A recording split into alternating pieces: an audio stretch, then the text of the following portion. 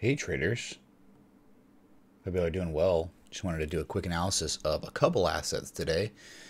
One being EOS to Bitcoin, and then the other one being Dash to Bitcoin, just because I think there was news on Dash about getting listed on exchange or something. Multiple pairs, good for Dash. Self-fulfilling prophecy of the TA, in our opinion, right? On this channel. So looking at EOS, wow, man, color me friggin' surprised. This was a Patreon trade setup. It just made too much sense, where you had two converging down sloping trend lines, so not necessarily a valid wedge, but definitely had the psychology of a wedge and an uptrend, right, where another Patreon trade setup was down here, or symmetrical triangle, and it hit the lottery. And that happens sometimes. You keep playing the low risk, high reward game, eventually some trade setups that you have will go way beyond your targets, and it's not your fault, it's just the way it is. So you can clearly see EOS has been just ever since really that it bottomed out a little bit before Bitcoin did, December 8th, and started ascending up. The 15th we were already on the way up, so that's where Bitcoin bottomed. Anyway, so after the triangle, huge run up, what do? We hit a major 382. We'll look at that fib, or the fib anchor points in a second on this. Very important, okay? This is the beginning of the major golden zone. It's so coveted. And after we made it up here, too high, too fast, there was definitely divergence on both oscillators when we got up here. You broke out of the channel. That, you know, when you break out of channels and stuff and you show bearish divergence, remember, that is a recipe for disaster for a long, okay? So nothing, and I mean, I think we were, you know, showing bearish divergence 78 on the RSI up here. So anyway, we started consolidating after a beautiful impulse. We retraced from a low point to high point, I think 38 to 50% of the way, which is completely normal. And we pulled back up the upside in this old area. Look, this is an old resistance, right? Well, it was, right? When we got back above this area, we started using it as support. And once we were right here, after we had broken a down sloping resistance and we were holding horizontal line support, that gave me a reason to believe a break to the upside was likely. It was a higher percentage chance of breaking the upside than downside in this situation, so we took an opportunity here. And so looking left, man, when you break above old resistance like this, man, you better take heed of it, because and you hold constantly off multiple supports.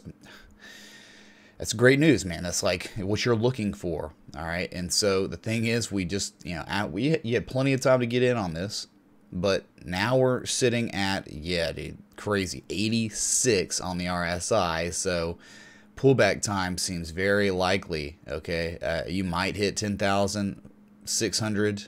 You might, but dude, that's just asking to pull back at least a little bit to get back in the 70s, or even just 70 again before running up on another time. Okay, so you're just gonna look for like consolidation, maybe like this, just to reset the oscillator a little bit, even though you didn't even hear.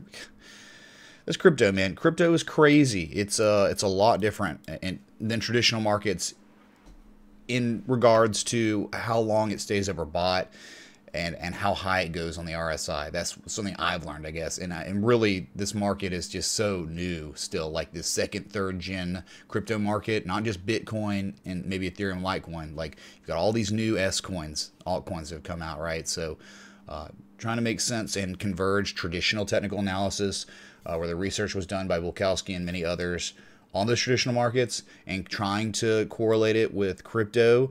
There are definitely ins and outs that not even I nor a lot of people even know about yet, and so it takes a lot of experimenting and experience, right, and just continuously scanning these markets to really start really understanding how these cryptos work with traditional technical analysis. So anyway, for the most part, it works out, but when you go on crazy runs or you dump really hard, sometimes crypto can go much crazier, and the runs can last a lot longer than you might expect. Okay, so that's just, you know, whatever tidbit there.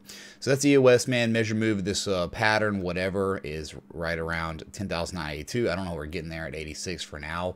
Again, we might pull back or go sideways for a little before running again. But here's the thing, zooming out on EOS, just your major daily discernible swing high up here to low, you hit the 382, the golden zone, right, the common retrace zone. you're at it, right? And so anywhere between 10,784 and 14,477 is a reversal area. So you're looking at each fib node to a lot. And really, remember, I posted a live stream that was devoted to EOS at the beginning anyway, saying why EOS is not done running, and here's why. The reason why is because if you can hold support here, there is no resistance on the way up until you hit the 50% retrace, and it's really just slightly above it. Okay, it's really at 13,019, and that's back from January 2018.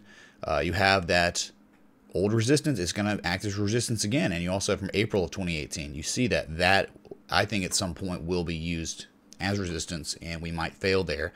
But if you can break that, there's really not much resistance.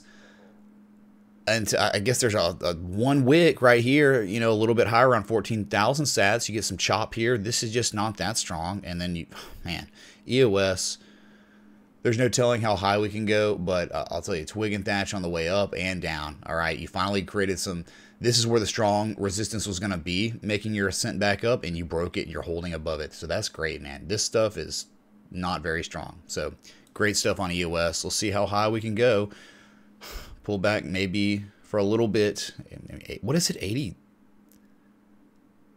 86, 87 right now? Oh, okay, nice EOS, nice.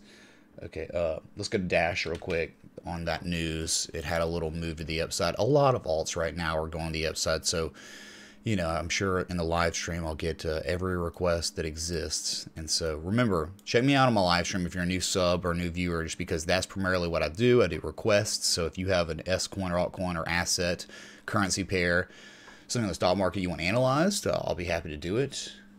You know, so just check me out. Anyway, so Dash 2017, December 2017, this whole structure started, great FOMO, and we finally got out of it. It took us, I think, 11 months to get out of this crazy downswing structure, one of the worst beaten down altcoins I saw in the top 100 or top 50 or whatever. But hey, things changed finally, right? They changed. Where at? Oh, well, just really all-time lows. Well, on the Binance chart anyway. So how did it end? Well, not very climatically, right? It was just, you broke out Kappa and you really just made a lower low than your previous low. But when you did that on the daily, you made bullish, very nice bullish divergence on the RSI. And then things began to turn around where you started making higher lows. So you broke out of the falling wedge and you created immediately a symmetrical triangle, which is price contraction, neutral price contraction, impulse up, down sloping consolidation, 50% retrace from low to high. You got it right here. You bounce again. And so what's going on in the shorter term? We broke out of the triangle. This is another trade setup. Our entry was right around that 20,500 sat range. Can't remember exactly to the sat, but we had that impulse. We got that impulse we were looking for, and then people were just getting bored in Patreon, like, oh, what are we doing, man? So, well, we just look at we're setting for higher prices. I mean, impulse up, down sloping consolidation. You know, history repeating itself. This is proper consolidation for moves up. And so it looks like today we got it to some degree, but really not that special. You know, we had a false breakout before, like this. But, you know, maybe it was just a premature breakout. Wojciechowski talks about premature breakouts and false breakouts. Whatever, man. Sometimes before you break out, you will false breakout. And he just calls it premature breakouts. Okay, whatever. Anyway, so nice move up, but really just... if we adjusted here, it looks like, you know, we're holding outside barely, okay? And the measure move of this small bull pull bull flag, extended flag, really is way up at 25,876. So I really don't know how we're going to get there.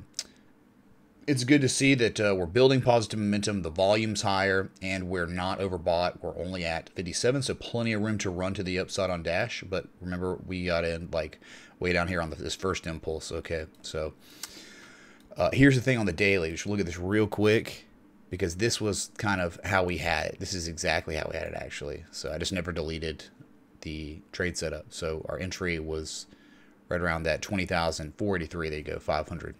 So first target on the daily. Remember, this could take months, dude. This could take a long time to get to these levels because it's relevant to the structure we were in before.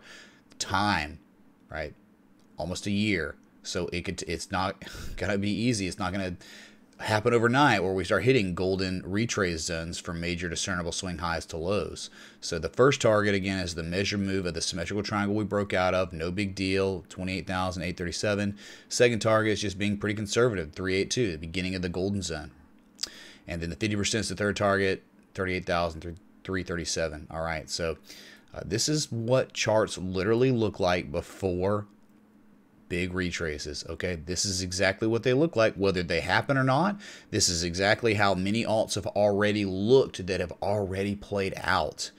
You realize this is pretty similar to what Ravencoin looked like. It had a downsloping structure, and when it fell out of the structure, it formed a falling wedge and then ran and became kings and hit all-time highs. Okay, so I'm not saying Dash is going to do that by any means, but this is the recipe. This is like, you know, like conditions are right for a major retrace, right? So we just call it like a bullish tornado watch right now. And it's really kind of a warning because of the breakouts we're seeing.